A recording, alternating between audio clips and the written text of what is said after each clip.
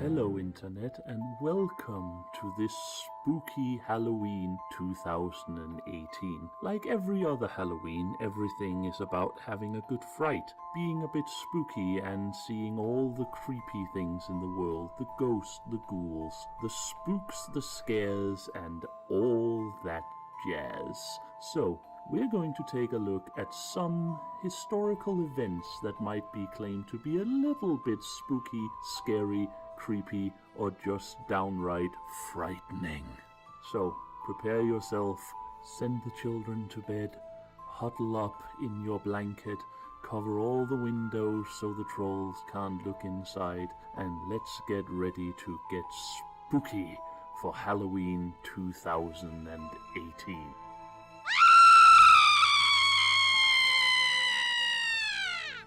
Number 1. Imagine you come into the town square on the city of Christiansted on the island of St. Croix, a January morning in the year of 1759. The night is dark and black as the grave. Only 2 singular torches is illuminating the square, where the moaning of someone as if hurt beyond the capacity of the human body and brain to carry it creeps through the night air. Along with this spectral moaning is the clanking and ringing of iron cages as they swing within the soft breeze of a tropical night. You move closer to the cages, and inside you see 3 figures in the 3 cages, 2 of them long dead, their features distorted as their flesh is rotten and hurt by torture before the death set in. The last one still moves slightly within his cage. 9 days have he been within his tiny prison. Too small for him to stand, too small for him to lie, forced to crouch for 9 full days. His black skin covered with the slime of spit that passers-by have granted him. His whole body, even before forced into the cage, crippled by days and days of endless torture and pain on the rack and the fire of the questioner. Thus died finally the man called Jacob, a slave who was part of a slave rebellion against the Danish authorities on St. Croix around Christmas the previous year. It was the 3rd such attempt of a slave rebellion in 23 years, and this time the authorities were hell-bound that it was not going to happen again. So, beyond the usual penalties of hanging and burning alive and having limbs chopped off, the 3 main leaders of the rebellion was forced to be tortured into insensibility, then hung up in the iron cages at the town square, there to be starved to death, suffering all of that they hated the most: loss of freedom, no food, and the hatred and arrogance of the whites as they passed by, spitting on them. Thus, finally, you stand there and watch as Jacob draws his last breath just after dawn on the 27th of January, with one last moan from a mouth that no longer is capable of speaking, from a brain that is no longer capable of seeing anything but pain and suffering. Life abandons the broken body, as it has abandoned his 2 compatriots.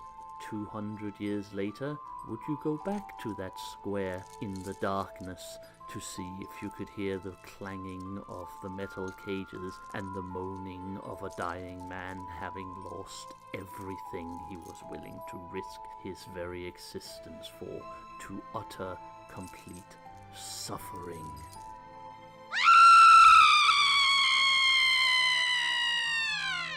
In 1819, Imagine yourself standing on the quay of the French island of Guadeloupe. A ship is coming in. It has been sighted from far away. It is a long-expected slave ship to fill up the stores that has been slowing down in the last few months as more slaves have died than has been born.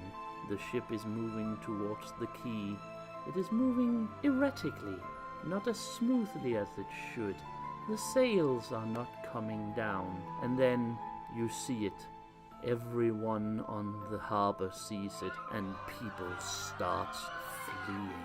They are raving on the ship's deck. All of the crew, 100 men, raving and falling over each other, all of them struck blind and diseased, as if God himself have sent one of his plagues down to the stricken and cursed vessel that is now bearing down upon you as you stand in the gathering dusk. Finally, soldiers arrive with a priest as the ship is lying, not for anchor, but just drifting in the harborage, and the governor gathers together a crew of the most brave he can to row out to the ghostly ship, with the blind madmen falling over the sides and rushing between each other, calling piteously for help from those on land. Scampering aboard, you see one man who seemed healthy and sane, pushing away the shrieking blind madmen with pikes and arquebuses. You reach the quarterdeck, where one single sailor is clinging to the wheel as if his very existence depended upon it. From him you hear the terrifying tale. After they had left the coast of Africa, a blinding, wasting disease started spreading from the slaves below deck. The doctor says it probably came from sexually diseases, but you knew better. It was a curse from God, striking down the sinners and the innocent alike, as the slaves were sacrificed in droves, thrown over the rail and into the sea, as the crew strove to maintain the disease amongst the blacks without any hope of truly stopping it. Soon it spread among the crew, the sailors, the coopers, the carpenters, the captain himself were all struck down, wasting, blind in the middle of the sea, until only this one sailor was left who could actually both use his eyes and his mind. Other ships closed in on the Rodeur, as the French slave ship was called, but scurried away, fear-stricken by the sight of the men raving across the deck, blind, without the ability to think clearly anymore. The last 3 days he had been clinging to the wheel, trying desperately to stay awake, as no one had a chance to grant him relief, until finally he put the ship into the harbor at Guadeloupe. So many men died, the rest of them doomed to spend their life of the blindness, from the slaves to the whites. Even the surviving sailor, 3 days after arrival, came down with the disease and eventually lost his eyes and his life. So, how many of these ghosts do you think is still stalking the quay of Guadeloupe's harbor, wailing piteously for help, as they even now cannot see their way into heaven or hell?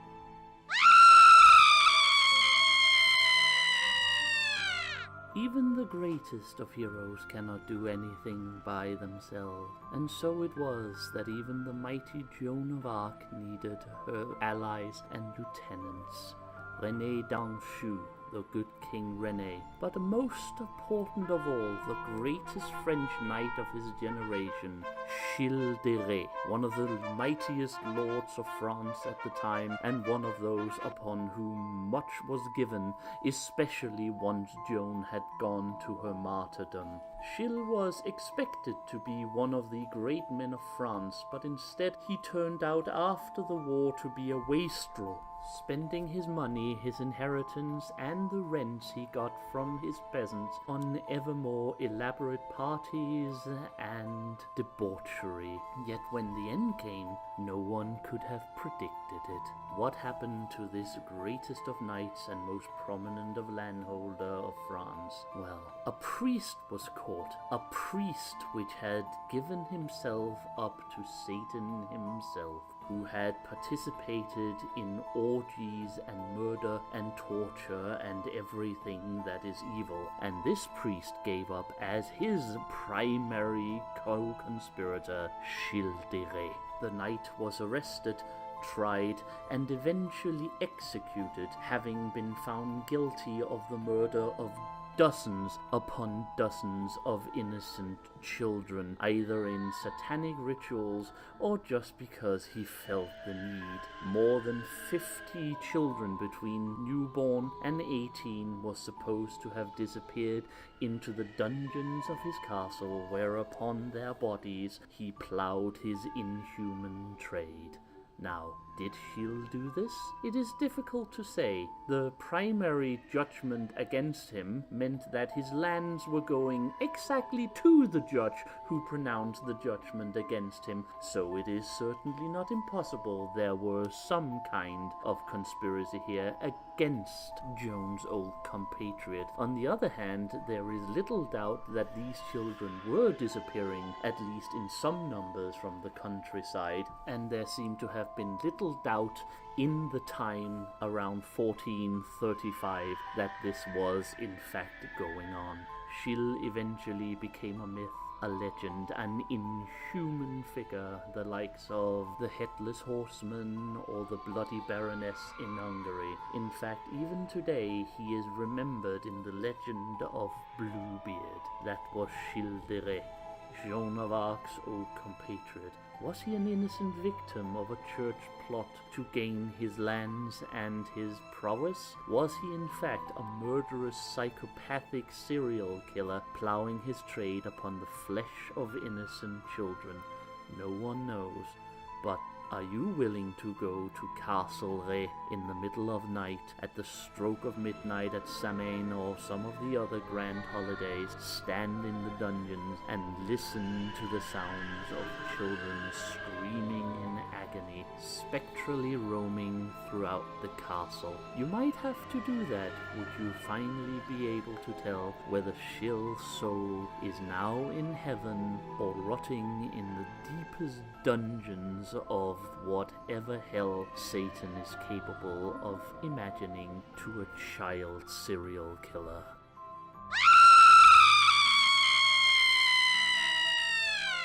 Imagine coming up to the great trade city of Nishapur early in the 13th century. You have expected to be welcomed by one of the great northern city of the Shah's empire in what is today modern northeastern Iran. You cross the hills and come down to the plain upon which the city stands, expecting to see from far away in the gathering dusk the lights of the great city, and perhaps even hear the sounds of calls from its minarets and noises from its public houses and whatever celebration might be going on. And yet all you see is darkness. There is obviously a city out there, but you seems wrong to you somehow. There is no lights, there is no sounds, and an evil smell and premonition hits you. You move carefully down the road. You have heard of war in this area, yet you are not entirely certain what war could have truly struck such an important trade center that even had it been conquered, no one would have failed to take it over in order to gain its profit in the realms that crisscross the Caucasus. As the dust gathers and you move closer to the cities, the last miles become almost unbearable. Not a sound on the plateau. A foul smell is reaching you from the city. This is not a good point. This is the time of death. You need to turn back, but there is no refuge in the barren mountains behind you until you get back down into central Iran. So you push on, hoping to find some sort of proof that your premonitions are wrong, and then you see it. Against the darkening sky, a grand plume of smoke can now be seen. The city has been burned to the ground. Some army have been facing it, have destroyed it. But what of the citizens? You move closer to the city. You have to figure out what has been going on, and that is where you see it. 3 great pyramids shining white in the final dusk. 3 great pyramids of skulls. 20,000 skulls. Every single inhabitant of the city, you would guess, is here, rising taller than a man, each of them. Men, women, children. 20,000 souls snuffed out so that their skulls could be used as tribute to whatever gods the people who have done this would have worshipped. And then you turn and flee. Even the chance of a bandit raid in the mountains cannot be worse than this.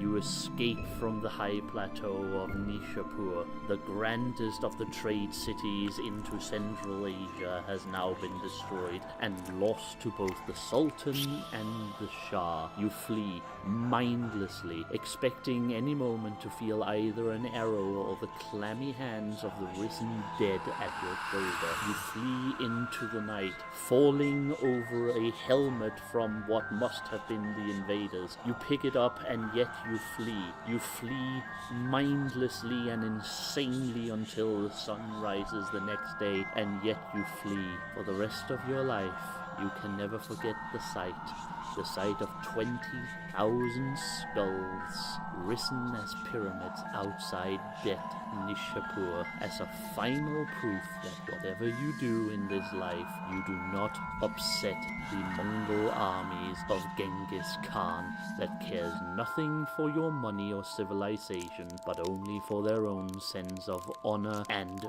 vengeance. And vengeance fell upon Nishapur.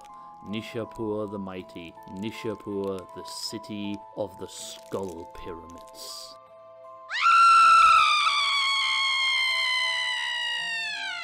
In 1911, in an insane asylum, an old man died screamingly, pleading for help against the men who installed secret machines in the walls to blow gas into his room to give him headaches and hallucinations. The man had been incarcerated in this insane asylum for 30 years, since he had murdered his wife and attempted to kill his children, then stabbing himself in 1882 while he was United States consul in Hanover in Germany.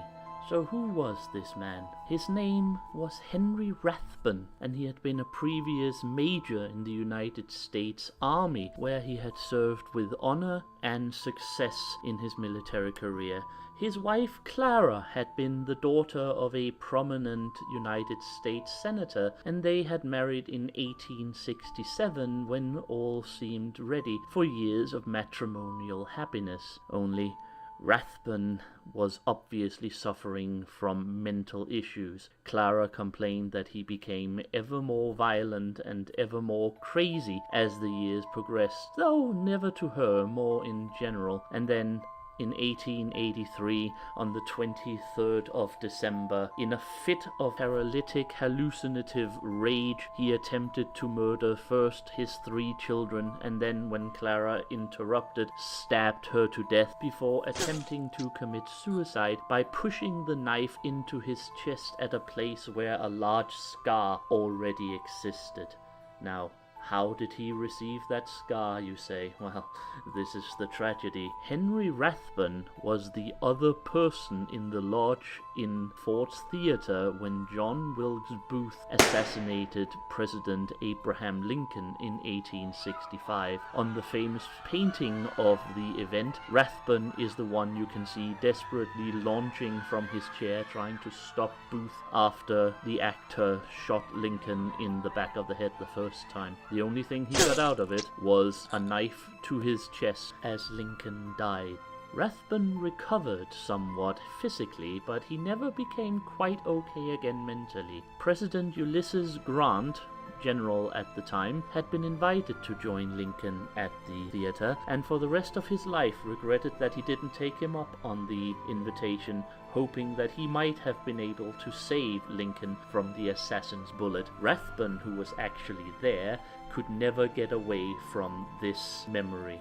He saw it in his sleep. Sometimes he saw it in his waking hours. His moments of violence were always directed against the phantom of Booth, firing that shot into the back of Lincoln's head. When he stabbed his children and then his wife, it was to attempt to protect them from this spectral attacker that he saw every day of his life. After he had murdered his wife and wounded his children and been incarcerated in the insane asylum, he still kept seeing both Booth attempting to kill President Lincoln, as well as his own hand stabbing his wife and his children before plunging the knife into his own breast.